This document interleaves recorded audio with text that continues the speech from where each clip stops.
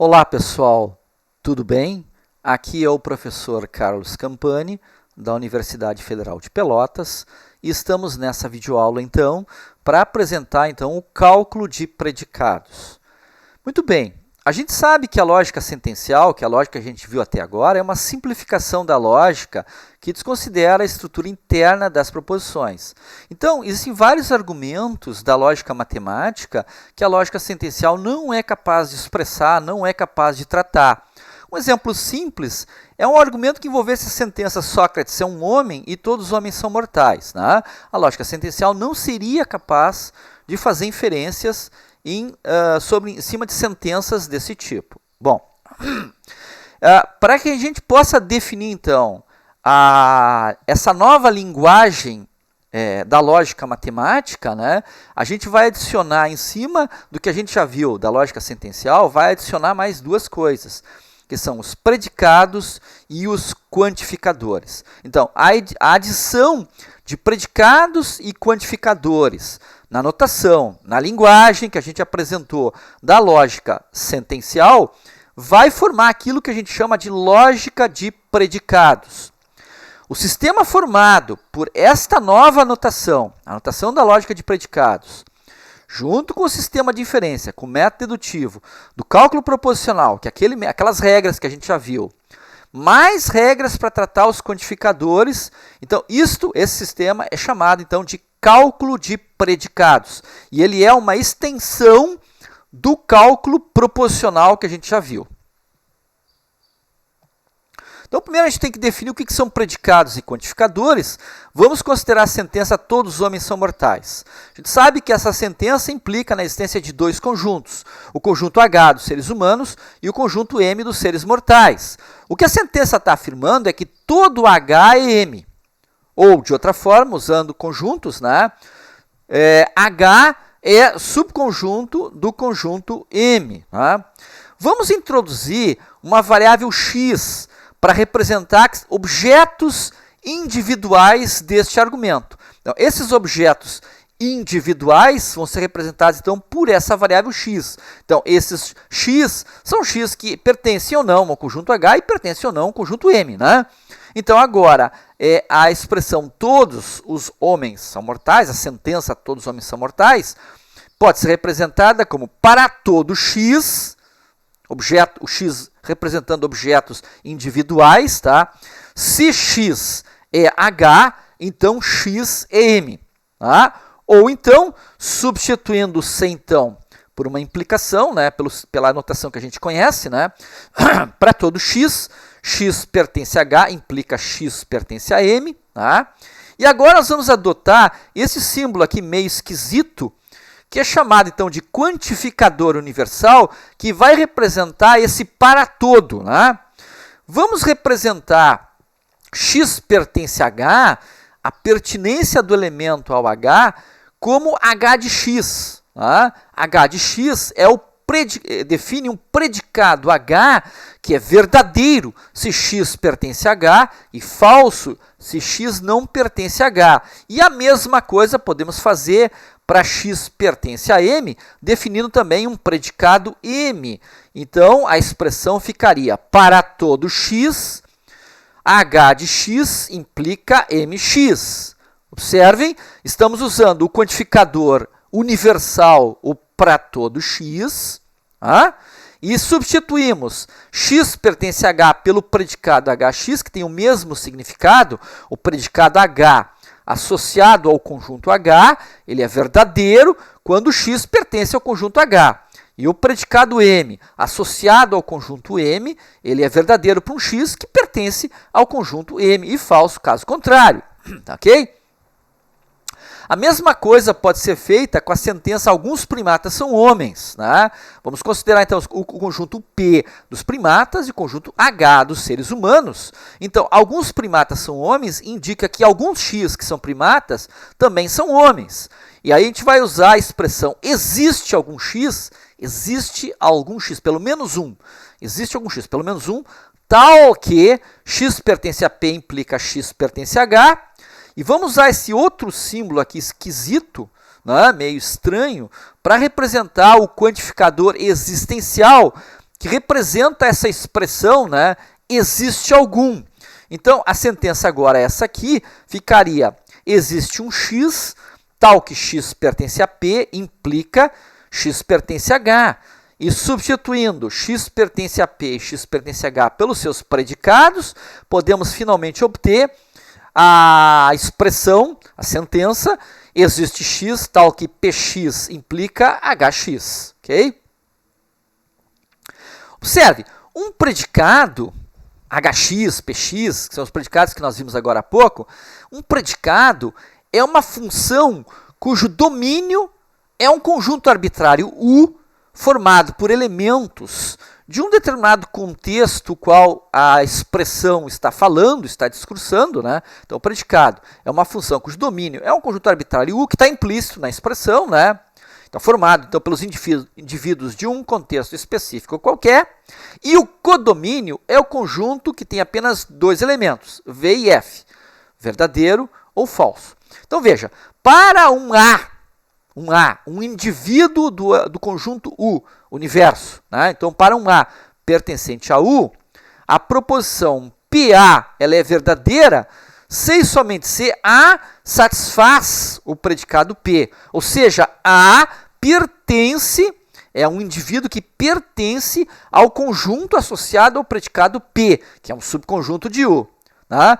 Nós chamamos essa letra A de letra nominal, porque ela representa um indivíduo, né, do conjunto U, conjunto universo. Por exemplo, se a gente considerar o predicado H, né, que é satisfeito por todos os indivíduos que são seres humanos, e considerarmos o conjunto U, universo, né, um conjunto que a gente está definindo, que representa um contexto específico qualquer, que contém os elementos João, José, Pedro, Paulo, Maria, chimpanzé e mico-leão dourado, né? Os indivíduos U que satisfazem o predicado H, ser homem, são os do subconjunto, evidentemente, João, José, Pedro, Paulo, Maria, né? E nós podemos afirmar, então, que H aplicado a João é igual a V, verdadeiro, e H aplicado a chimpanzé é igual a F, falso. H aplicado a João ser V, verdadeiro, significa dizer que João é um ser humano. João pertence ao conjunto H dos seres humanos. Bom, uma vez definido, então, predicados e quantificadores, nós temos que definir a semântica da lógica de predicados. O que é a semântica? Semântica é a interpretação que se dá para os quantificadores da lógica de predicados. É o significado, é o valor desses quantificadores, né? Bom, o significado, em primeiro lugar, do quantificador universal, que é representado pela fórmula para todo x px, então a fórmula ela é verdadeira, para todo x px é verdadeiro, se e somente se todos os elementos A pertencentes ao conjunto U, um conjunto que está relacionado, né, que está implícito pela expressão para todo x px, né? Então, para todo x px, a fórmula essa é verdadeira, se e somente se todos os elementos A pertencentes ao conjunto U universo satisfazem o predicado P. Ok? Então, todos têm que satisfazer o predicado, todos os elementos do universo têm que satisfazer o predicado P.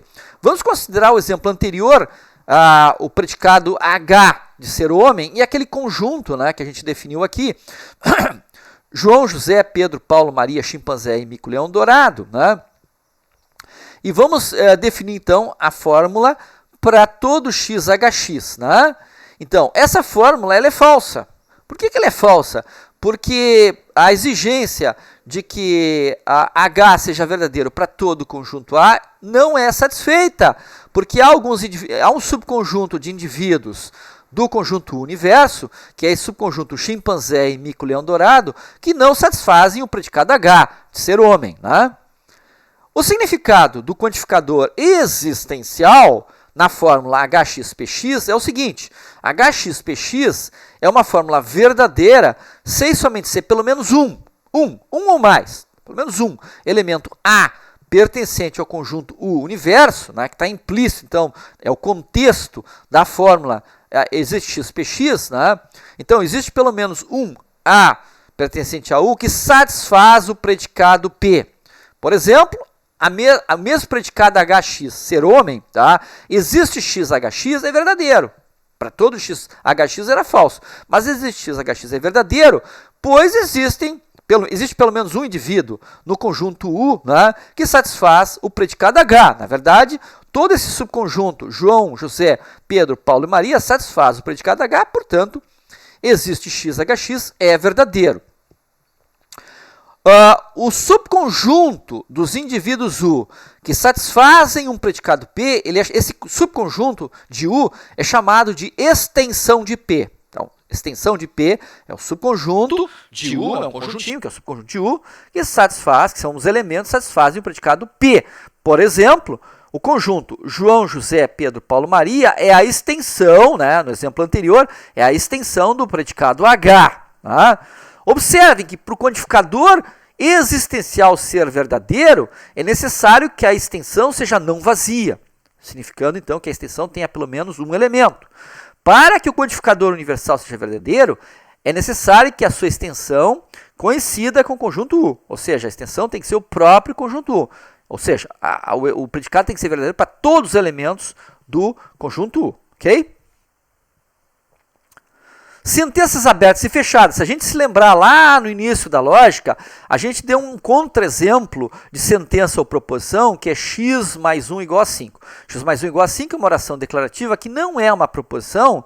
Né? Por quê? Porque não se pode determinar se essa proposição, se essa oração é verdadeira ou falsa, já que a gente não tem o valor do x. Né? Não tem o valor do x. A gente diz, uma oração declarativa desse tipo, a gente diz que é uma sentença aberta. Não é uma sentença, não é uma proposição, é uma sentença aberta, porque nela há a ocorrência de pelo menos uma variável que está livre. X está livre nessa expressão, livre, significando que não tem um valor. Né? Para transformar esta oração declarativa numa proposição, né, é preciso transformar todas as ocorrências livres das variáveis em ocorrências amarradas.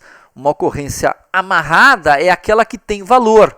Quando nós transformamos todas as ocorrências livres das variáveis numa sentença aberta em ocorrências amarradas, a sentença se transforma numa sentença fechada. Aí ela é uma proposição, ela tem um valor verdade, verdadeiro ou falso. Ok. Como é que a gente pode transformar uma sentença aberta numa sentença fechada? Como podemos transformar ocorrências livres de uma variável em ocorrências amarradas? Existem três formas de fazer isso. A primeira é simplesmente atribuir um valor arbitrário à variável x. Então, no exemplo, x mais 1 igual a 5, x mais 1 igual a 5 em que x está livre, nós podemos construir a sentença x igual a 10 e x mais 1 igual a 5, que agora sim é uma sentença fechada, né? Porque agora a ocorrência da variável x não está mais livre, ela está amarrada. O valor dela é 10. Inclusive a proposição é falsa. Né? Ou então, por exemplo, x igual a 4 e x mais 1 igual a 5. Agora estou atribuindo à variável x o valor 4. Né? Essa oração agora é uma proposição, é uma sentença fechada, né? A ocorrência de x agora se tornou amarrada e, por acaso, inclusive, essa proposição é verdadeira. A segunda forma de se obter a sentença fechada a partir da sentença livre, transformando a ocorrência livre em amarrada, é aplicar o quantificador universal. Então, por exemplo, eu pego x mais 1 igual a 5 e aplico, então, para todo x. Né? Obviamente que aqui está implícito que o conjunto U dessa expressão x mais 1 igual a 5 é o conjunto R dos números reais. Né? Obviamente, então, para todo x mais 1 igual a 5 é uma proposição falsa. Né? Observem que ela já tem até um valor verdade. Né? Ela é falsa, portanto, ela é uma proposição. A sentença foi fechada, ela se tornou uma sentença fechada pela aplicação, então, do quantificador universal. Obviamente, é uma proposição falsa. Né? Existem vários valores reais, né, infinitos valores reais que tornam então essa expressão falsa, né, e o para todo x está exigindo que ela seja verdadeira para todo x, né, então obviamente é uma proposição falsa. A terceira possibilidade é aplicar o quantificador existencial, né, obtendo existe x tal que x mais 1 igual a 5, a ocorrência de x não está mais livre, está amarrada, e para aquele mesmo conjunto dos números reais, pô, é óbvio que essa proposição agora é verdadeira, porque existe pelo menos um valor em u, né, que satisfaz essa oração, né, que é o x igual a 4, ok? Muito bem.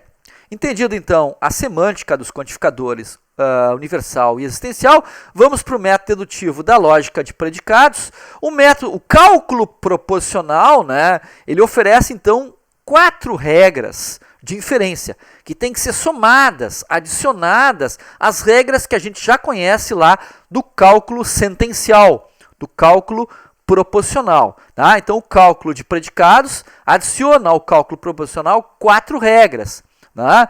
Que são regras para tratar os quantificadores. Muito bem. Então, para entender essas regras, nós primeiro temos que entender a regra da subdição uniforme. Né? Então, a primeira regra, a regra de subdição uniforme. A subdição uniforme da variável x numa expressão alfa pela fórmula beta, né?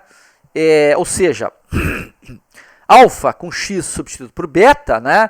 E a fórmula alfa asterisco, então alfa asterisco é o alfa, em que houve a substituição de x por beta, né?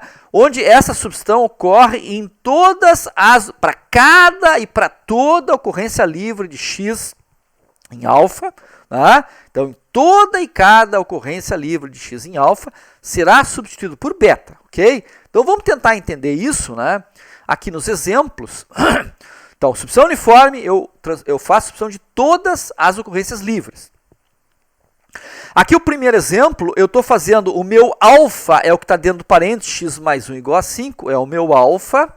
A variável que vai ser substituída é o x, e o beta, que é a expressão que vai substituir, é o 10. Então, eu estou substituindo, estou fazendo a substituição uniforme na expressão x mais 1 igual a 5, de todas as ocorrências livres de x por 10, isso obviamente resulta em 10 mais 1 igual a 5, tranquilo? Agora aqui, x menor ou igual a 10 e x diferente de 0, com x substituído por 2, isso resulta em 2 menor ou igual a 10 e 2 diferente de 0. Observe que aconteciam duas ocorrências de x, ambas as ocorrências de x estavam livres, portanto, as duas têm que ser substituídas. Estaria errado eu substituir aqui e manter aqui o x aqui, né? Ou substituir o x por 2 aqui e manter o x aqui. A substituição uniforme é aquela em que cada e toda ocorrência livre de x é substituída, né? Finalmente, aqui x mais 1 maior que 10. Aqui tem uma diferença, em vez de substituir por um valor, eu estou substituindo por uma expressão. O x está sendo substituído pela expressão y mais 3. Isso resulta, portanto, em y mais 3 mais 1 maior que 10. Né? Então, a ocorrência livre de x foi substituída pela expressão x mais 3. Outro exemplo, h de s implica m de s com x substituído por s. Resulta em h de s implica m de s. Aqui, para todo x, h de s implica, para todo x, h de x implica m de x, com x substituído por s, resulta em, para todo x, h de x implica m de x. Nenhuma substituição ocorreu, por quê? Porque as duas ocorrências de x não estavam livres. Observe que tanto esse x quanto esse x estão amarrados pela presença, porque estão no escopo desse quantificador universal h de x. Então, não ocorre a substituição. Aqui, p de x e para todo x q de x, com x substituído por a, resulta em p de a e para todo x q de x. Observem que a primeira ocorrência de x era livre e a segunda estava amarrada pela presença desse quantificador universal que só se aplicava sobre esse x aqui. Logo, apenas a primeira ocorrência livre, a primeira ocorrência do x que estava livre, foi substituída por a. A segunda permaneceu, né? Não foi afetada. Ok? Muito bem. Regras de inferência, então, como eu disse, são 4 regras de inferência: eliminação universal, introdução existencial, eliminação existencial. Essas regras, elas tratam dos quantificadores, né? E tratam, então, as regras de eliminação, de retirar os quantificadores de uma forma, de uma fórmula, e as regras de introdução tratam, então, de colocar quantificadores em uma fórmula. Dependendo da estratégia da prova que eu quero, isso pode ser interessante, né? Usar as eliminações e as introduções. Vamos começar, então, pelas duas regras que se aplicam, então, ao quantificador universal. A primeira, a eliminação universal, chamada de EU, que diz que, a partir de uma fórmula para todo x px, né, onde px é um predicado qualquer, nós podemos deduzir a fórmula px, em que x foi substituído por um a, onde a é uma letra nominal qualquer que representa um indivíduo lá do conjunto U, né, do universo, então, que a gente está tratando. Ok? Vamos tentar mostrar aqui um exemplo. Vamos tentar provar, usando então essa regra, o seguinte argumento, né? É um argumento que a gente já viu: todos os homens são mortais, Sócrates é um homem, logo Sócrates é mortal. Né? Nós vamos usar, em primeiro lugar, nós temos que transformar esse argumento, né, esse enunciado, na lógica de predicados. Né? Então, para isso, nós temos que definir os predicados. Então, o primeiro predicado que a gente vai definir é o predicado H, que indica ser homem, né, é um homem. O segundo é o predicado M, né, que é ser mortal, né, então alguma coisa que é mortal. E vamos definir uma letra nominal, né, ou seja, um elemento lá do universo, que é a letra nominal S, que vai representar um indivíduo, o indivíduo Sócrates. Bom, então, a gente transforma todos os homens são mortais, a gente transforma usando, então, os predicados H e M, em para todo x, H de x implica M de x. Sócrates é um homem, né, usando, então, a letra nominal S para representar o Sócrates, a gente transforma em HS. Tá? Então, as duas premissas do nosso argumento estão aqui, então, representadas na nossa anotação. E a conclusão, Sócrates é mortal, é MS. Né? Muito bem, então aqui nós temos o nosso enunciado, que tem que ser provado já, representado na notação de lógica de predicados. E a prova começa, então, né? Introduzir, então, nós temos duas premissas, que nós vamos introduzir nas duas primeiras linhas da prova. Para todo x, hx implica mx, primeira premissa, e hs, segunda premissa. Né? E a primeira coisa que a gente vai fazer é para poder tratar, então, essa linha 1, né? Nós temos que retirar o quantificador universal para poder operar com a linha 2, né? Para poder fazer um modus ponens, que a gente já vai ver. Então, a gente aplica a eliminação universal na linha 1, né, e obtém H de S implica M de S. A gente está aplicando o seguinte: nós temos uma fórmula H de x px e deduzimos uma fórmula em que o x foi substituído por uma letra A, uma letra nominal qualquer. Nesse caso, a gente usou a letra S, eliminando, então, o quantificador para todo x, né, o que aconteceu aqui, e substituindo, então, as duas ocorrências que estavam quantificadas pela letra nominal S. Agora, nós podemos fazer, então, na linha 4, o modus ponens da linha 2 com a linha 3, obtendo, então, MS, que é aquilo que a gente queria deduzir, ok? E está aprovado, então, a nossa provinha. Muito bem. A outra regra que envolve o quantificador universal é a introdução universal, representada, então, por IU. Né? Então, ela diz o seguinte, né? Dada uma fórmula PA, né? É uma fórmula que contém a letra nominal A, né? Então, o que acontece? A gente olha essa fórmula PA, enxerga ela como uma fórmula PX, em que o X foi substituído pela letra A. Okay? Então, todas as ocorrências de A ali nessa fórmula PA vão ser substituídas, então, veja que isso aqui é substituição uniforme. A gente enxerga a PA como sendo a substituição uniforme num predicado PX de x por A. Tá? Importante, essa letra nominal A, que vai aparecer na fórmula em que a gente vai fazer a introdução universal, ela não pode ocorrer em qualquer premissa ou hipótese da linha vigente, ou seja, da linha em que vai se aplicar a regra, ok? A letra nominal A não pode ocorrer em nenhuma premissa ou hipótese. Né? Então, a partir desse PA, que é um px com x substituído por a, a gente pode deduzir a fórmula para todo x px, então a gente fez a introdução do quantificador universal, né? Desde que x, essa é uma segunda condição, então a primeira condição, a não pode ocorrer em nenhuma premissa ou hipótese da linha vigente. Segunda condição, desde que x, né, seja uma variável que não ocorre em PA, porque o que pode acontecer é que eu estou considerando um PA em que eu faço a substituição do A pelo X, mas havia uma outra ocorrência de X em PA. Isso não pode ocorrer X na fórmula original PA. Vamos ver isso para provar, usando então a introdução universal, provar esse argumento aqui, né? As premissas são para todo x px implica qx e para todo x px, daqui queremos deduzir para todo x qx. Então, as duas premissas são introduzidas nas linhas números 1 e 2. Primeira coisa que eu faço é a eliminação universal na linha 1, né, aplicando a regra anterior, né? E fazemos então substituição uniforme, então, na variável x da letra nominal A, a gente escolheu, né, uma letra nominal qualquer, arbitrária, né, obtendo então na linha 3, PA implica QA. Bom, agora, para operar esse QA implica QA, eu tenho que fazer a eliminação universal também na linha 2, tá? E aí eu faço isso na linha 4, obtendo PA. Eu poderia escolher uma outra letra nominal, não o A, na linha 4, eu poderia escolher um B.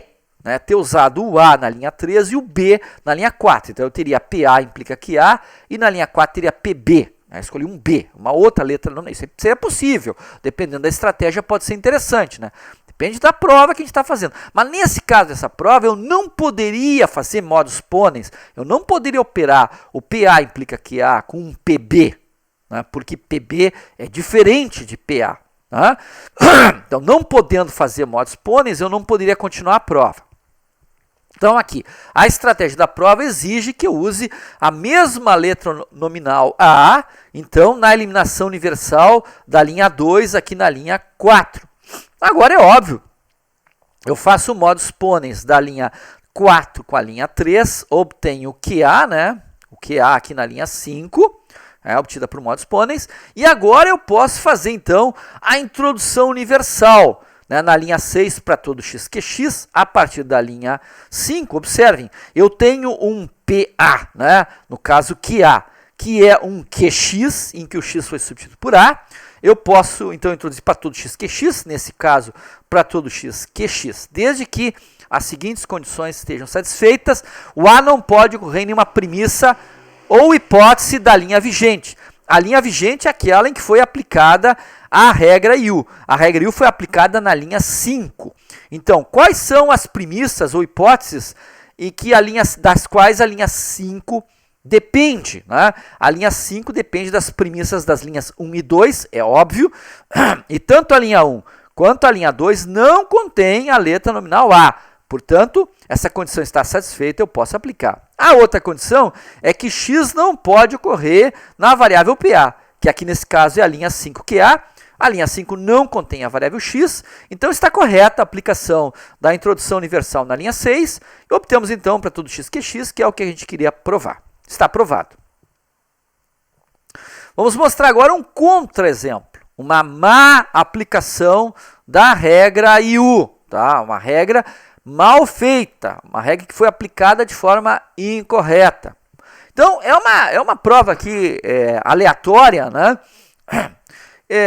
Que eu quero provar a partir da premissa para todo x px implica qx, eu quero provar PA implica para todo x QA. Essa prova está errada. Né? Vamos lá então. Então eu introduzo a única premissa que eu tenho para todo x px implica qx. Na linha 2 eu faço a eliminação universal na linha 1, obtendo PA implica QA. E agora, como eu quero provar PA implica para todo x qx, eu lanço como hipótese para PC o antecedente da implicação que eu quero provar, PA. Né? Aqui observem que eu posso fazer um modus ponens da linha 3 com a linha 2 e obter o QA. E agora, assim como aqui eu fiz a instanciação universal QA e obtive para todo x qx, aqui eu também faço. Na linha 4, a instanciação universal, né, de QA, obtendo para todo x qx. E finalizo, né, descarto a hipótese da linha 3 para PC, obtendo então a implicação que eu queria. PA implica para todo x que é x, só que isso está completamente errado, porque a aplicação da regra IU na linha 4, né, que foi feita na linha 5, foi aplicada de forma incorreta. Por que foi aplicada de forma incorreta? Observe que uma das condições para a aplicação da introdução universal, tá, é que a letra nominal A não ocorra em nenhuma premissa e nenhuma hipótese da linha vigente, aquela que a gente aplica a regra. A linha vigente sobre a qual a gente aplica a regra é a linha 4. A linha 4 depende da premissa da linha 1, né, que passa na condição, né, porque a linha 1 não contém a letra nominal A, mas ela também depende da hipótese que foi lançada na linha 3, PA. E a linha 3, que é a hipótese que depende, então, a linha 4, contém a letra nominal A. Então, esta introdução universal na linha 5 não poderia ter sido aplicada. Ela não satisfaz as condições para a aplicação da regra IU. E essa prova aqui está evidentemente incorreta, errônea, ok? É isso aí, pessoal. Então, por enquanto, é isso. Na próxima videoaula, a gente vai tratar então das regras envolvendo o quantificador existencial. É isso que eu tinha para falar então. Um grande abraço. Tchau!